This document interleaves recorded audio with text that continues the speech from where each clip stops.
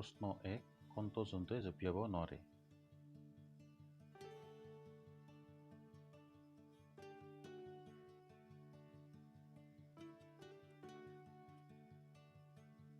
উত্তৰ হাতী। প্ৰশ্ন 2 বাৰ্মুডা ত্ৰিভুজ কোন মহাসাগৰত অৱস্থিত?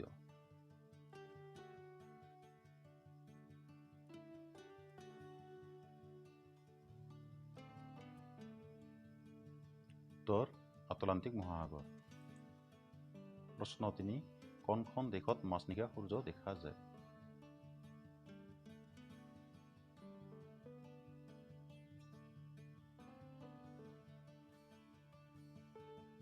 উত্তৰ নৰৱে। প্ৰশ্ন 4 বগা হাতী কোনখন দেশত পোৱা যায়?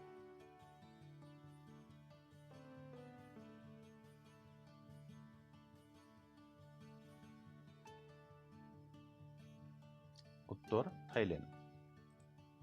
প্ৰশ্ন 5 কোনখন মহাদেশত আটাইতকৈ বেছি দেশ আছে?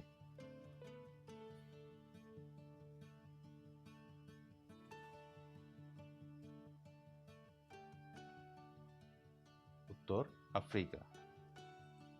প্ৰশ্ন 6 কোনখন দেশে আটাইতকৈ বেছি চাহ উৎপাদন কৰে?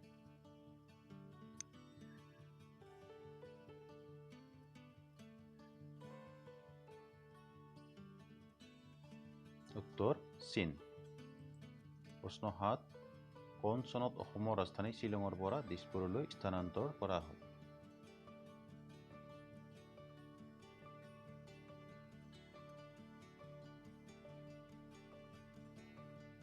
উত্তৰ 1973 চনত। প্ৰশ্ন 8 অসম সাহিত্য সভাৰ প্ৰথমখন অধিৱেশন ক'ত অনুষ্ঠিত হৈছিল?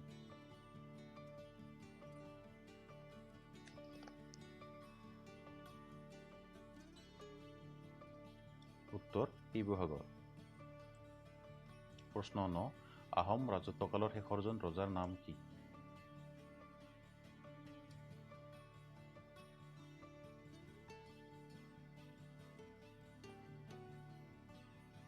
উত্তৰ পুৰন্দৰ সিংহ।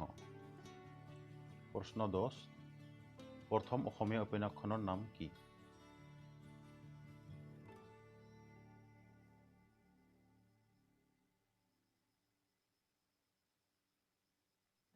উত্তৰ ভানুমতী।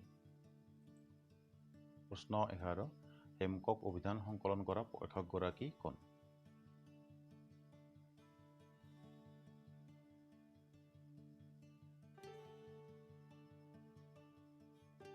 উত্তৰ হেমচন্দ্ৰ বৰুৱা। প্ৰশ্ন 12 জ্ঞানপীঠ বঁটা লাভ কৰা প্ৰথমজন অসমীয়া কোন?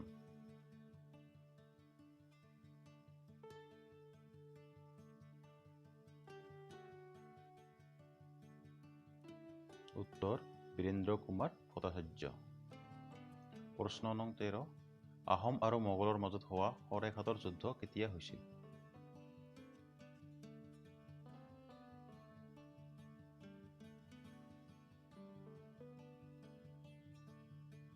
উত্তৰ 1671 চনত।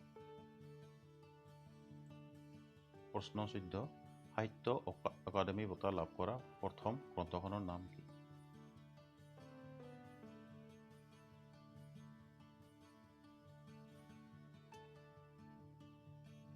উত্তৰ বনফুল। প্ৰশ্ন 15 এছিয়া মহাদেশৰ ভিতৰতে আটাইতকৈ ডাঙৰ শুকান মাছৰ বজাৰ থকা চহৰখনৰ নাম কি?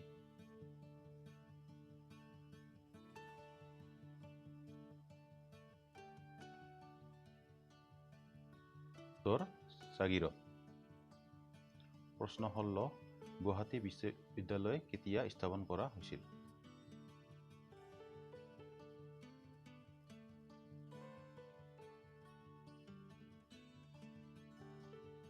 উত্তৰ 26 জানুৱাৰী 1948 চন। প্ৰশ্ন 17 বৰগীতবোৰ শংকৰদেৱ আৰু মাধৱদেৱে কি ভাষাত লিখিছিল?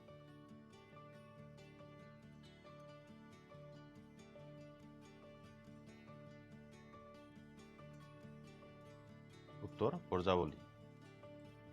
প্ৰশ্ন 18 হাজোৰ হয়গ্ৰীৱ মাধৱ মন্দিৰ কি পাহাৰত অৱস্থিত?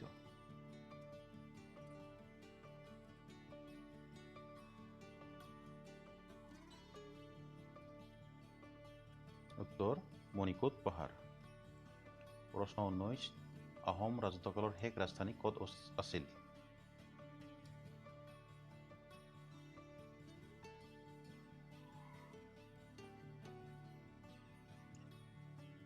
উত্তৰ যোৰহাট। শেষৰ প্ৰশ্ন, ৰূপহী বিমানবন্দৰ ক'ত অৱস্থিত?